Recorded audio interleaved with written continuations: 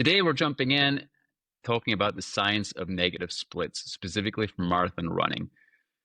And let's just kick off with what is negative splits? What's the definition of negative splits? Negative splitting is a pretty simple concept, and it basically just refers to if you're marathon running or running any race for that matter, running the second half of the race faster, slightly faster than you did the first. It's a strategy that is used a lot in marathon running by elite athletes. Maybe we'll get into some of the specifics, but typically elite athletes, especially when they're running personal records or setting world records, most of them have been run with a negative split. And so let's contrast that with a positive split. A positive split is basically when you run the second half of the race slower than you ran the first half of the race. And then an even split would be running kind of both halves of the race around the same time. Okay, so we've got the positive split, which probably happens to most of us, which is you tend to slow down as much as you wouldn't like to. Even splits is when you just carry an even pace, which is pretty good going. And then negative splits, you're running faster in the second half. And as you mentioned, it's what the elites typically tend to aim to do. And some of the most famous marathon performances that I can think of were achieved with negative splits, including most of Kipchoge's most celebrated marathons. We had Paula Radcliffe in 2003 did a negative split, and I think it's maybe not so applicable to shorter distances, but definitely when it comes to marathon, we're about to get into the science, the physiology, and the psychology, why it makes sense once you start to get into this distance, why negative splitting can be a more successful strategy. Yeah, and it's funny that you mentioned, this is how you mentioned that it's how elite athletes often try to run a race. I do feel like that's true, but in some sense, Thomas, I think that it almost just happens serendipitously with elite athletes, because if you think about the profile or the structure of any of these like marathon majors or big name races, yeah, I mean, athletes go out there with a strategy, but a lot of the time they're just racing. So that last 10K in particular is always typically like a race to the finish. And so that kind of is why the negative split maybe almost results, because they're competing and they're racing. And I almost wonder if that's why, in this article, we're going to talk about the author mentions how elite athletes typically utilize the even or negative split. More recreational athletes tend to do the positive split. Of course, I think that has to do a lot with maybe experience. We'll talk about that. But also, recreational runners typically aren't racing anybody during a race. They're kind Mm-hmm. of just going out to race themselves. And so, if I'm coming down, the Boston Marathon, the last 10K, and I have $250,000 on the line and I'm an elite athlete, well, I'm just certainly going to, run as fast as I can. Whereas a recreation runner doesn't maybe have as much, consequence in terms of, let's see how fast I can run the second half. I'm not really racing anybody. So I think competition plays a lot into that as well. An extra motivational factor when it comes to prize money and things like that. Yeah, that's fair. But Absolutely. I think it's worth exploring. There are a lot of benefits to negative splitting. We're going to get into the physiology of negative splitting and why it's conservative and successful strategy for every marathon runner. But I think that it's worth noting that you're less likely to blow up in your marathon if you plan for a negative split, which is a good reason to do it in itself, because basically it's it's by nature a conservative approach. You're being prudent, you're holding something back. It's almost delayed gratification. You're sitting with something in your back pocket for most of the race. And in fact, in one of your newsletters, you reported on a study of the Valencia marathon, I believe, where they basically analyzed pacing strategies. And runners who blew up, typically, obviously, they followed a positive split strategy because their second half was much slower. But typically, they were 36, I believe it was 36 minutes slower than people who didn't blow up. So there's a high cost to getting pacing wrong. And I think most coaches, most experienced runners would agree that at least aiming for a negative split is probably a prudent approach to your race.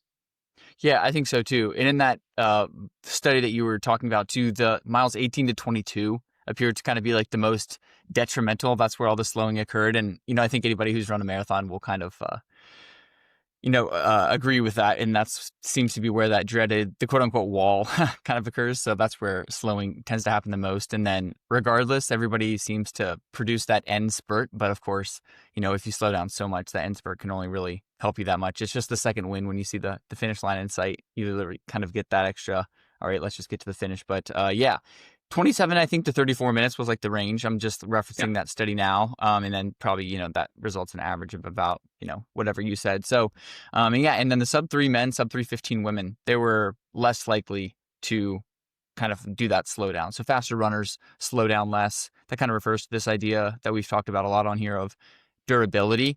Faster runners tend to be more durable, so they just slow down and they fatigue kind of less during the race. So some kind of interesting data there for sure from a big data set from that marathon. Exactly. Yeah, I think durability is important. Then there's also something that we're going to get into. And in your newsletter, you referred to pace literacy, which I think is important. We're going to get into practical recommendations for people looking at how to pace their marathon. I think actually, before you commit to knowing the strategy of a negative split, you've got to have a pretty good idea what pace you're going to be hitting. And maybe we're going to discuss maybe why aiming for a negative split isn't for every runner necessarily, and why you and I don't necessarily aim for negative splits every time. But let's get into the actual physiological advantages of negative splitting. So I believe there are three different areas that a negative splitter has the advantage over an even or positive splitter. Can you walk us through them? Yeah, and I will, just note quickly that kind of what we're talking about, it's a review article that was published a few months ago at this point by Gerasimos Grivas. It was titled The Physiology and Psychology of Negative Splits, Insights into Optimal Marathon Pacing Strategies. So just a review article talking about psychology, physiology behind it. So yeah, there are three sort of areas where negative split strategy appears to have advantages. That's better glycogen management, or better fuel management, we could call it, more effective thermoregulation, so better heat regulation, and then better cardiovascular stability. So those are kind of three areas where if you run a negative split, you tend to optimize all of those parts of physiology, and why it tends to, a negative split aligns better with physiology in that respect.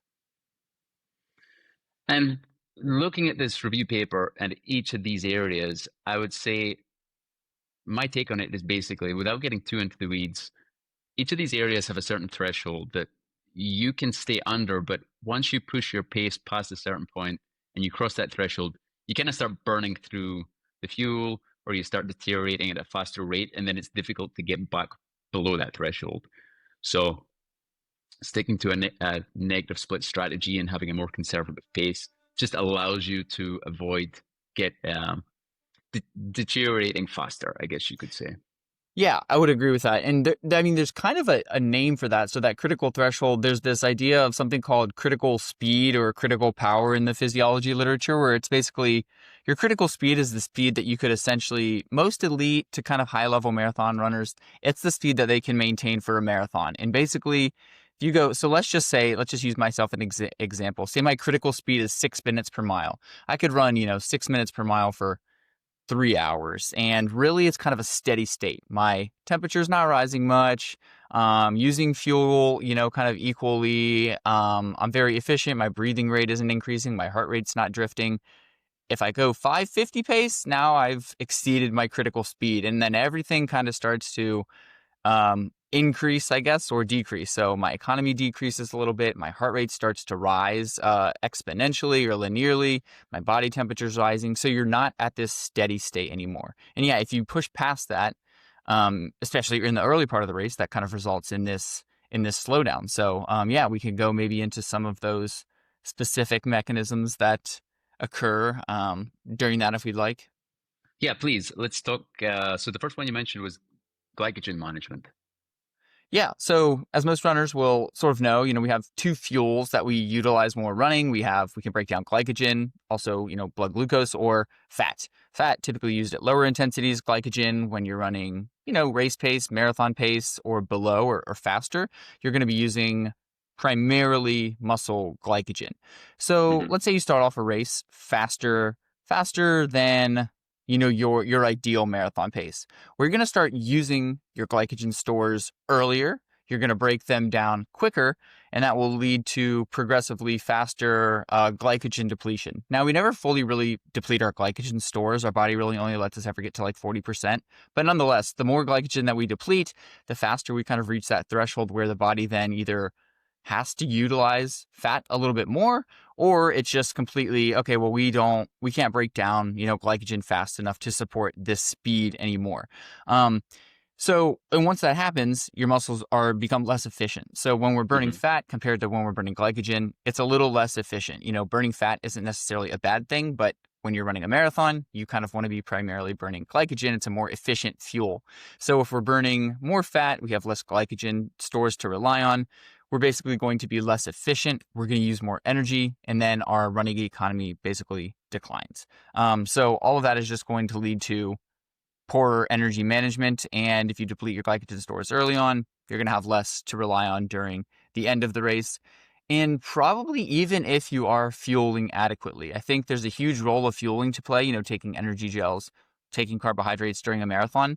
But in some sense, that doesn't do a ton, at least some studies have shown, to sort of offset the muscle glycogen depletion totally, even if you are fueling adequately. So starting off more conservatively, it'll sort of let you maintain your energy stores and not sort of just like burn that candle quickly too early at the start of the race. So you're telling me if I go out too fast, which I've done in the past in a marathon, getting swept up in the crowds and stuff, I'm telling my body to burn glycogen at this high rate, and even if I slow down my pace, the glycogen burn rate is higher, is elevated, basically stays elevated. Would that be fair to say? Yeah, that's actually a good question. And I mean, I think if you were to start off faster and slow down, you may then kind of push your body back maybe towards using less of that glycogen. I mean, if you are slowing down, you're probably going to be using more, but you're slowing down at a later part of the race when you've run for a long time and your glycogen stores are running low. So I think at that point, and your efficiency is down at that point, so you're just going to be more energetically efficient. So it may be too late kind of at that point. Fair enough. So it's not like you can like slow down and then that battery kind of builds back up and then you can sort of speed up again. I think once you kind of start to burn it a little bit too fast, you're sort of on the road to the slowdown, and there's not much recovering. And I think anecdotally, I think anybody's experienced this. It's like sure you can kind of come back and save yourself, but once you reach a certain point in a race, there's no amount of once you're dehydrated, once you're underfueled, there's really no bouncing back from that in something like a marathon. It's pretty rare. Okay, so number one, we talked about glycogen. Number two, thermoregulation. Yeah, so thermoregulation, when we're exercising, obviously our body temperature is getting hot, and this will depend a lot on environmental conditions, how hot it is, how humid it is. But during a marathon, you're out there for 2+ hours, so your body temperature can rise pretty significantly. And if you start off too quickly, or I'll back up for a second. So one of the reasons we slow down when our body temperature is rising, one, there's, you need to divert more resources to the, blood flow to the skin to cool you off, to help you sweat. But two, we sort of have this central regulator in our, central nervous system, our brain, basically. And once you hit a certain critical temperature, I know there's a lot of debate around that, maybe about what that is, but when you get too hot, your brain senses that and says, hey, we need to slow down or we're going to get too hot and we're eventually going to reach this failure state where we're just too hot and we overheat. So your brain protects itself. And if you start off at a faster pace than you are able to maintain, especially if it's hot, especially if it's humid, you're just going to increase your body temperature faster and you're going to hit that critical threshold of whatever that, critical threshold for temperature is quicker, and your body's going to be forced to slow down faster. And then there's also this, resources for blood flow and heat dissipation too. So the faster your body temperature rises and the more your body temperature rises, the more blood flow you need you're causing your body to work harder to cool down via heat dissipation, blood flow to the skin. Well, you don't want to use all your blood flow to the skin because you're running marathon race pace. You want that blood flow to go to your working muscles, to your brain. So the more that there's a competition between blood flow to the skin and blood flow to your organs, your muscles, the more you're going to be required to slow down. So essentially, running too fast in the first half or running too fast even in the first few miles, you're just going to get hotter quicker and sort of divert your energy resources to cooling rather than Hmm. producing mechanical energy. And then two, just increase that rise in core body temperature, which your brain will sense and force you to slow down at some point. Yeah, and it just sounds like another one. Once you're past a certain threshold, being able to then lower that while you're trying to run a marathon is probably unrealistic. Yeah, again, one of those things that really just doesn't happen. Once you Yeah, get your body temperature up, it's not going to come yeah. down. Despite all these cooling strategies we have, I think ultra marathons, you'll see a lot of the time runners dumping water on them or putting cool packs on their heads and things. I'm not actually convinced that all that is too effective. And really, I think it's just a perceptual thing. Oh, I Hmm. feel cooler, but I do not think that those techniques are actually cooling your body down. To really do that, you sort of have to have a prolonged contact of something, say with the back of your neck or with the palms of your hands or the soles of your feet. So unless you're sitting in an ice bath, like you're not really cooling yourself down. It just might feel good to splash water on your face, but you're not actually cooling your core body temperature down by doing that. It's maybe tricking your brain into, it's maybe sending a signal to your brain that you're cooling down, even though your core temperature isn't, which might work in the short term. But yeah, okay, so that's thermoregulation. Interesting one. And number three, you mentioned cardiovascular stability.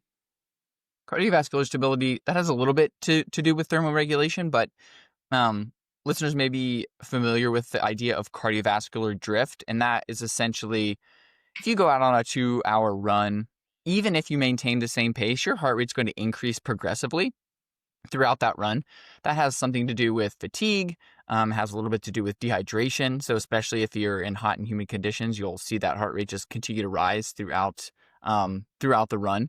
And that has to do with the dehydration, your core body temperature rising, and then sympathetic nervous system activation. All of that is going to cause your heart rate to increase. And so with the negative pacing strategy or the positive pacing strategy, I guess, if you start off too fast, you're going to increase that cardiac drift early on. Because maybe you're dehydrating a little bit, you're increasing your core body temperature, and you're just running harder. So your heart rate's Hmm. going to be elevated um, earlier on in the race, and that's going to lead to not only a little bit of fatigue, but just you're going to reach that heart rate that you really can't sustain for a long time earlier on in the race. You're going to be less efficient at delivering oxygen to your muscles because ultimately, that's what your heart is going to be able to do. So you're essentially, I don't really like to use that word, but fatiguing your heart kind of Hmm. early on. The heart doesn't necessarily fatigue like other muscles, but you're going to get that cardiac drift, and so early heart rate elevation. And again, similar to core body temperature, similar to some of these other things we've chatted about, once heart rate kind of passes a certain threshold, it's going to be really hard to get it back down no matter how much you slow, especially when you couple that with rising core body temperature and all kinds of things. So preventing cardiovascular drift, maintaining cardiovascular stability, maintaining that efficient oxygen utilization and oxygen delivery to the body, that's another advantage of that positive or negative pacing strategy. Okay, what I'm picturing in my mind is basically the idea that running a marathon, the effective pace is basically like walking a tightrope in terms of you want to go as fast as you possibly can without going over this threshold, because then things start to get difficult and you blow up. And you basically covered the main physiological aspects going on that can cause us to blow up. So this is where the negative pacing strategy comes in, and I think it's just an effective way to it's a practical way to deal with all these, because you're basically intentionally holding back until the second half of the race. Yeah, I would say so. And even, I think we say first half and second half, but I almost think, if we make this specific to the marathon, Thomas, I almost think that we should think about it almost in terms of like that last 10K or the last six miles of the race. Because if I hit 13.1 miles and I immediately see, okay, I'm good to go now, and I start running as hard as I can, well, you still got a half marathon. Like that's a pretty significant distance. But yeah, so it's almost that last maybe 10K where you're really like, okay, I've made it 20 miles. I'm feeling good. Now let's like see how much time I can make up. But yeah, I think the tightrope analogy is great. You really are balancing it and just knowing it takes experience. And I think that's why, running multiple marathons, you get better at them each time. Something like a 5K, 10K, you can just really, it's all about just running harder and getting faster. But a marathon, it's kind of like this learning game and learning, oh, how close can I like ride this tightrope and what threshold can I push for this certain amount of time? Yeah, and actually, it's worth noting that definition. All negative splitting is that your second half is faster than your first half. I was actually looking, is do we need to get into the weeds in terms of, are you progressively getting faster throughout the race? Not necessarily. And I think that's a great point that we could get into, where you mentioned specifically the last, like from mile 20 onwards. We're going to get into strategies. I want to talk about training for negative splits first. What do you want to talk about first? Training for negative splits, or actually the practical advice for running negative splits? Yeah, I think we could talk about some of the training strategies. I think that would be a good next place to go to. Okay. So we're training for a negative split. What kind of training sessions do we want to be considering that's going to get us there? Well, yeah, I think training for a negative split, a lot of the strategies actually just involve practicing running negative splits in training to sort of mimic that profile of it. So I think one of the best ones, and one of my favorite kind of workouts to do, is the progressive long run. So, say you're training for a marathon, your long run's going to be 20, I don't know, maybe 22 miles, maybe even 18 on maybe the lowish end, but basically just start off your long run easy and end at a faster pace than you started and sort of progress throughout the run. So maybe, the fun thing about this is that it's kind of unstructured. You can do it however you want. You could go, okay, 5 miles easy, the next 5 miles at maybe 10 to 20 seconds per mile faster. Mile 10 to 15, maybe 20 to 30 seconds faster than you started. And then the last one, maybe you're going a minute per mile. Last five, you're going maybe a minute per mile faster. But just you're ending faster than you started. You can progress. Each mile can get faster. You can do the first half second faster than the second half, but that's going to just teach your body to run fast on fatigued legs, and not only physiologically, but psychologically sort of practice, like, what does this feel like to run faster after I've run for 2 or maybe even 3 hours? I finish my run faster. There's a big confidence factor to that too, I think, but also just, yeah, you're forcing your body to run fast on sort of fatigued legs. So the progressive long run would be number one. Tempo runs with a fast finish, so that's similar to a long run as well. But with a tempo run, I think what's different is that you're going to maybe be running at or even faster than your race pace and then finishing faster. So just the variation of a tempo run, where you're running a tempo for, say, 20 to 30 minutes, but you're running faster at the end. So you're not slowing down, you're speeding up instead. Um, Negative split intervals. So interval workouts, mile repeats, kilometer repeats, 5K repeats, however long you want to do them. Making sure, say, however many reps you're doing, maybe you're doing 8 reps times 1,000 meters. Those, reps 5, 6, 7, and 8 are faster than 1, 2, 3, and 4. And then also there's some drills that were mentioned in this article Yeah. called pacing awareness drills. So he mentioned practice running by GPS, by heart rate, or by feel, or using all three metrics. So not necessarily always just relying on pace, but relying on, how does this feel? Could I keep this pace up for 26 miles? Or do I feel like I'm progressively fatiguing? So making sure that when you're training, you are relying on all these different cues rather than just having your eye on your watch the entire time. And so building your intuition as a runner, I think, is super important. So a lot of those strategies, it's not these training strategies, they aren't super novel. It's just like Hmm. whenever you're training, whenever you're running, just practice running faster at the end of your workout than at the start of your workout. And that, yes, can involve just more effort. So I'm going to push a little bit harder, but it also kind of involves practicing some restraint at the start of that workout, knowing in advance I need to finish faster than I've started.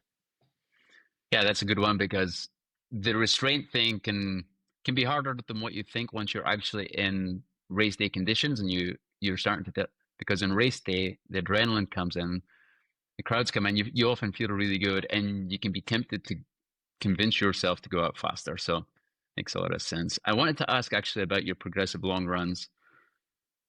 Are you when I guess when you finish those, your finishing pace, is that near your race pace? How does that relate to your target race pace? Yeah, I don't think that it would be a bad idea to maybe run those last few miles right around your marathon race pace. I think that could be a solid strategy, especially if you're not doing, if your long run doesn't include, you're not doing a workout. I know a lot of people do long run workouts where you're doing some race pace kind of segments in there. But if it's just I'm going to go out for my long run and run by feel and then finish faster, I think doing the last 2-3 miles maybe close and getting down to your race pace toward the end would be a pretty solid strategy. I know that Clayton Young and Connor Mance, two of the best marathoners in the U.S. right now. One of the variations that they do on a long run, it's sort of a progressive long run, but they basically just do a 2-mile pickup at the end of their Hmm. long run. So maybe they run 20 miles and then mile 20 to 22, they run. It's for them, race pace are a little bit faster than race pace, and so that's good variation because it's not crazy stressful. I mean, a 20-mile easy and then 2 miles fast, but you're just getting that 2 miles at the end to say, okay, legs, like let's wake up a little bit. Let's run fast when we're fatigued. So yeah, I would say last couple minutes, last few miles of that run, do it at your marathon race pace. I think that could be a great strategy. Okay. Okay, that's good tips. Do you want to get into executing a negative split marathon? Yeah, sure. I will mention too that there were just a few psychological techniques that were mentioned that you could kind of Oh yeah. integrate into your training. Visualization type of stuff. So like visualizing a strong finish. Maybe I'm the only one who does this, but sometimes when I'm finishing a long run, if I feel really good and I'm going fast, I'll sort of pretend I'm in like a major marathon that I'm winning or something. So using fun like visualization techniques like that could kind of work. Mindfulness, just like getting in tune with your body cues during workouts and races, obviously. Positive self-talk.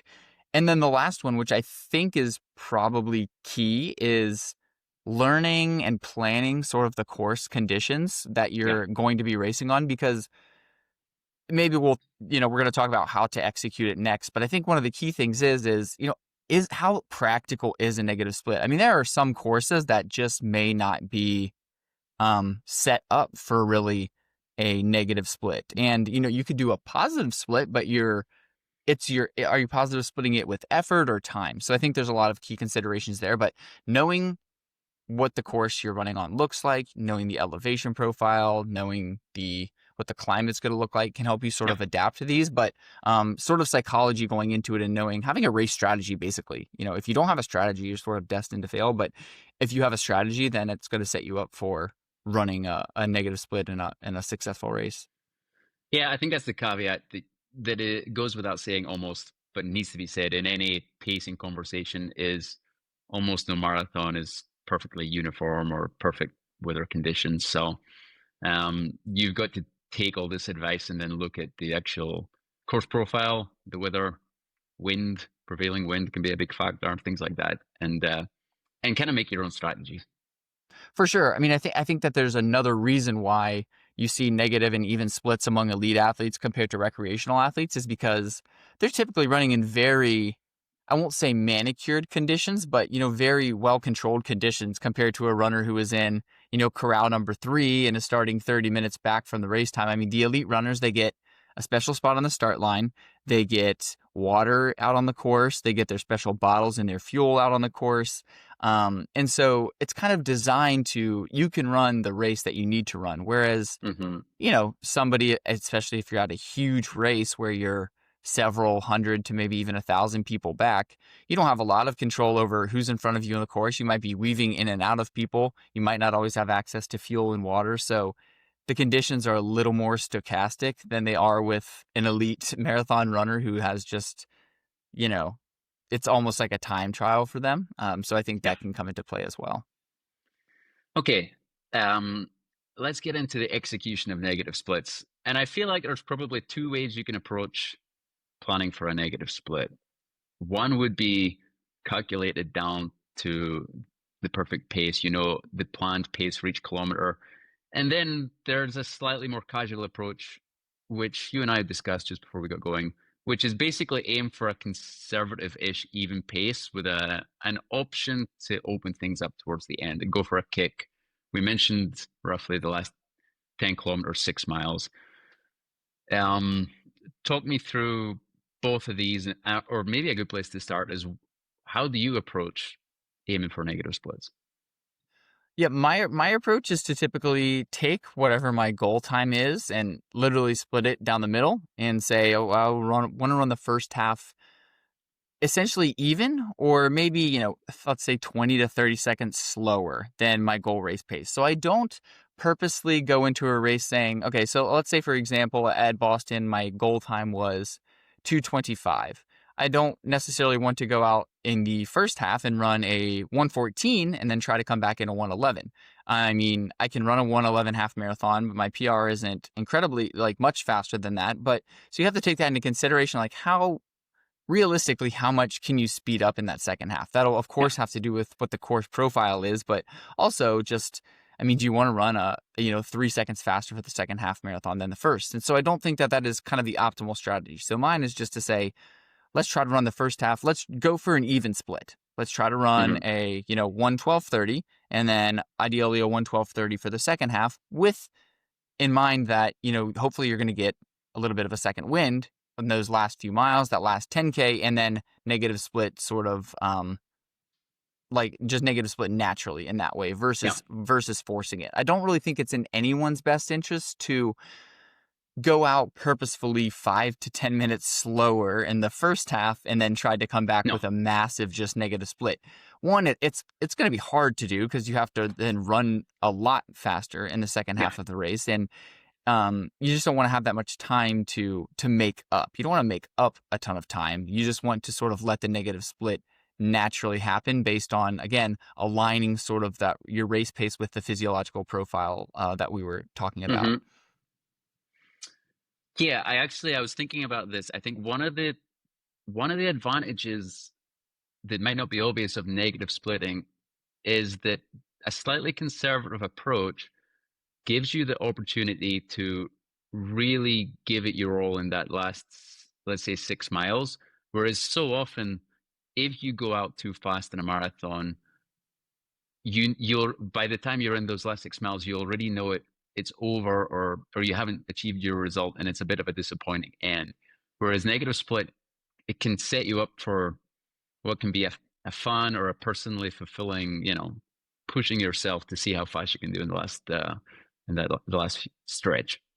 Yeah, it's way more fulfilling too. I mean, it's, we've been talking about sort of the physiology, but the psychology of the negative split too. It's way more fun to run faster in the second half and finish feeling strong than it is to sort of be really just fighting your body to, come into the finish and just slogging through the last half or the last 10K. But yeah, and it is kind of interesting because, technically one could run a negative split. We've focused on the last half, we focused on the last 10K, but you could almost just run a negative split by running your last mile fast. You could run the race at, all your splits for the entire race could be the same time. You could run 6 minutes per mile for 25.2 miles. And then that last mile, you just Yeah, run maybe 15 to 20 seconds faster. Boom, you have a negative split. So the profile of it doesn't really matter. It's not yeah, like you have to, run every mile in your second half faster. You could just run that last yeah, 5K faster. So however you kind of want to do it,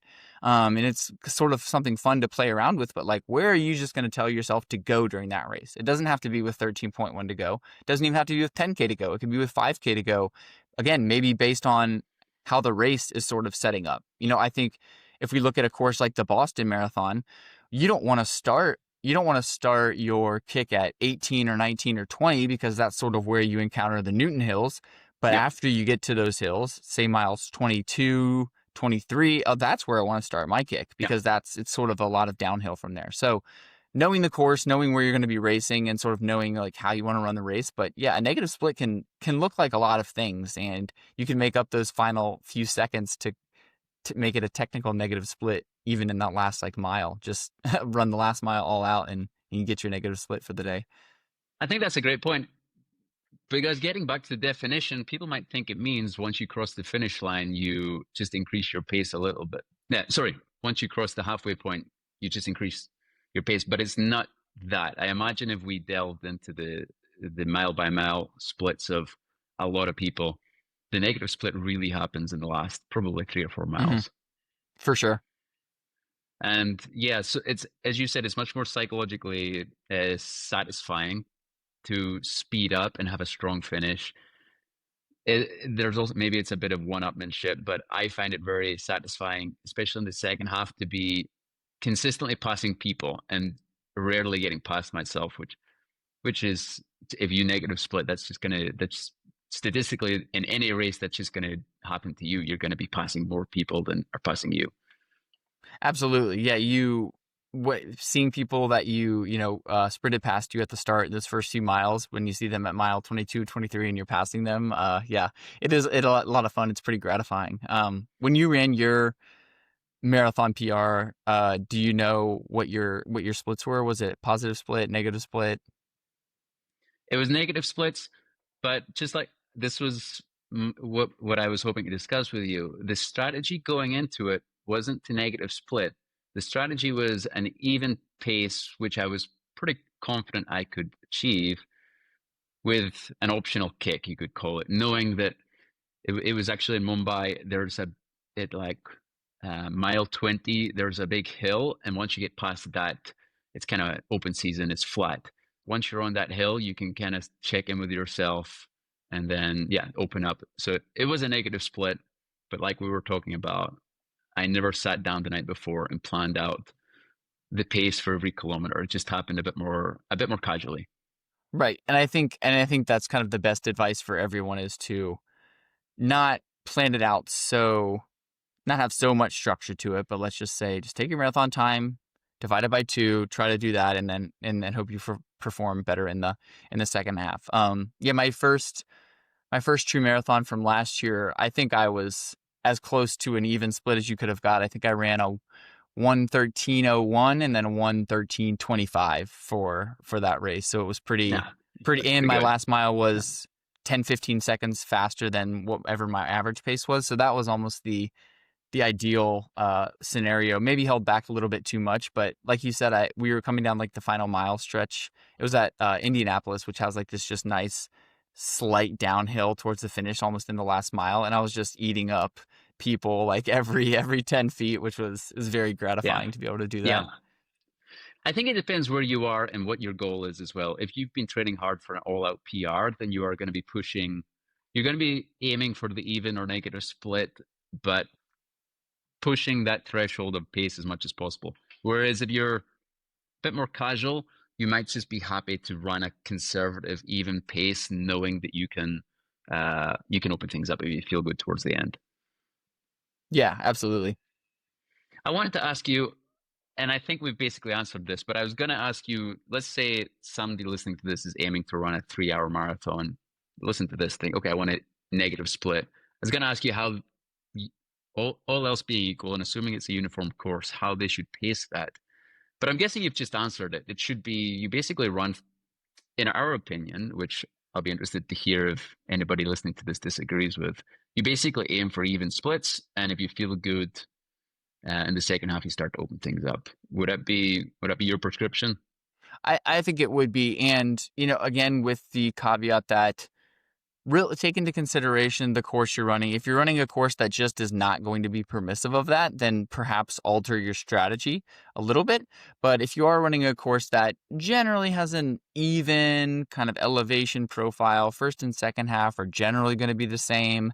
You're not going to see this massive maybe temperature increase during the whole time. Yes, I would say 130 for your first half. See what you can do in the second half. That would be kind of my strategy. But I'd be curious as well to see if anyone has different thoughts on that in terms of a strategy to go about a negative split. Yeah, I would definitely be curious to see that. Of course, if you have your race is net downhill in the first half and net uphill in the second half, you probably are going to want to bank a little bit of time.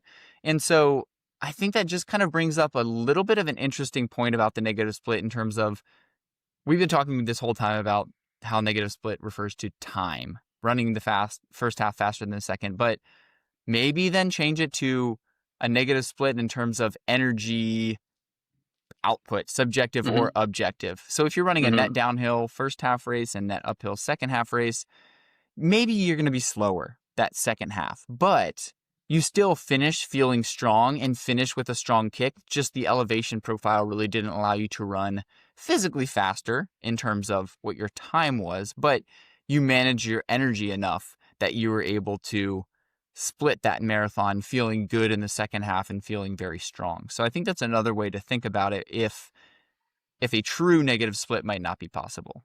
Yeah. Yeah. Think about it in terms of energy exertion over the first half and the second half. One of the things that we didn't talk about that I think can help contribute to the negative split or a positive split is, again, going back to the idea of durability and how you can improve that and how that can use that, you can use that to your advantage to sort of do this positive split. And I think fueling and hydration definitely come into that. We talked about strategies for negative splitting that deal with, how you're running and how fast you're running, but it also means that you're hydrating well and you're fueling well in the first half of the race to set yourself up for a positive second half. If you don't fuel enough, if you don't hydrate enough, you're going to run slower because you're going to be dehydrated. You're going to, be under fueled for that second half of the race. So making sure to do those things right for sure. As well as, some of the training strategies, doing the negative pace long runs can obviously help, but several episodes back, we talked about how to train your durability and just doing threshold runs, long runs, and things like that. Anything that's going to help with your durability and prevent those decline in some of these variables we chatted about is also going to help you to be better at running a positive split or sorry, not a positive split, but a negative split or an even split for the marathon. So I think those things are important to take into consideration there for sure. Yeah. Now, just come back to this term I liked in your newsletter on when you covered this minute review of pace literacy, as in be very, it's the idea of being very, very familiar how you feel and how you perform at various paces. So when you go into your marathon, you know exactly where you are, and if you end up at a pace that you weren't expecting, you kind of know if you're pushing too hard, if you're way behind, and where you are. I think it's something that just it pays for every runner to develop that. Yeah, absolutely. The pacing literacy for sure. And so, especially with something like, the marathon, running multiple ones, getting experience, just practicing that pace in training and knowing what it feels like, I think is probably one of the best ways to, get familiar with that and make sure you don't make a mistake of going out too fast on race day. Okay, Brady.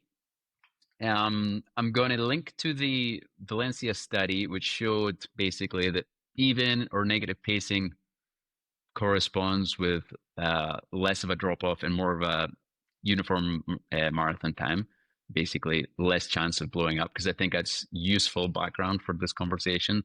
And we'll link to this paper from Gerasimos that we've been talking about.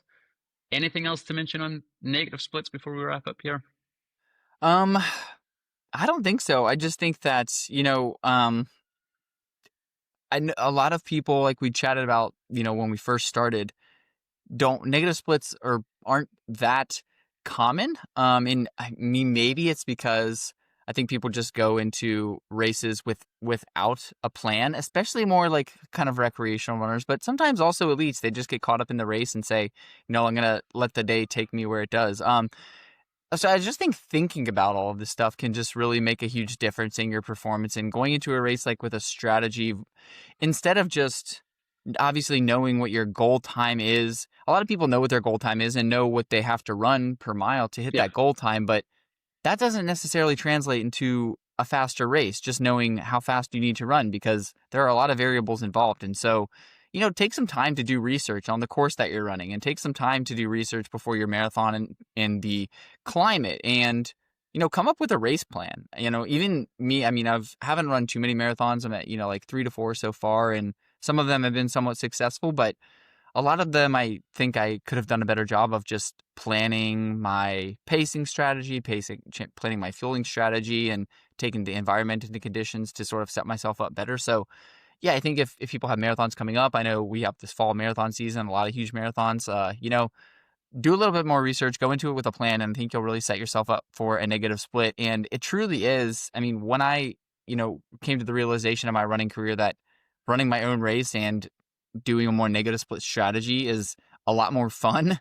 I started having a lot more fun running because I didn't dread race. Not that I dread races ever, but, I didn't dread races as much knowing that when I finish today, I'm going to feel like really good. I'm not going Yeah. to probably be slogging into this finish because I went out way too fast. So just don't Yeah. get caught up in get everything with a marathon. Truly, just run your own race, and you have a lot of control over it. And if you do kind of control your race rather than let it control you, you can get that negative split, and it's really a way to success and to hit a personal record.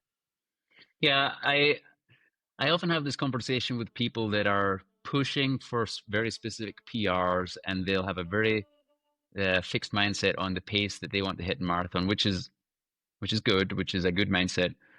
But I'm always more of the mindset that I don't mind being more conservative and keeping that extra kick in my back pocket. So I'm not saying I'm not going to be as fast, but I'm not committing myself to basically running flat out and chasing one specific goal time. I'm much happier to keep something in my back pocket, the conservative approach for the second half, if it happens to come through, and if it doesn't, then at least I can still finish strong.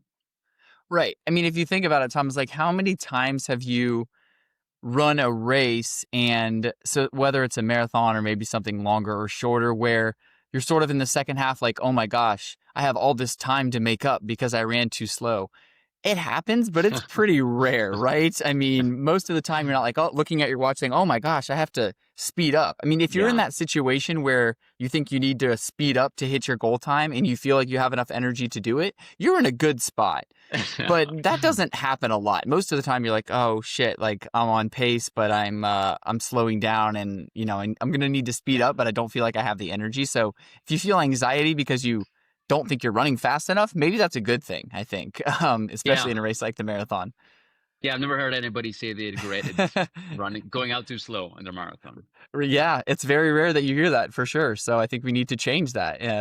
Let's go out too slow for your next marathon. See what happens. Cool. Well, Brady, thanks for this. It's been informative as always. I hope you have a good week, and may your future splits be negative. Thanks, Thomas. This is great. Cheers.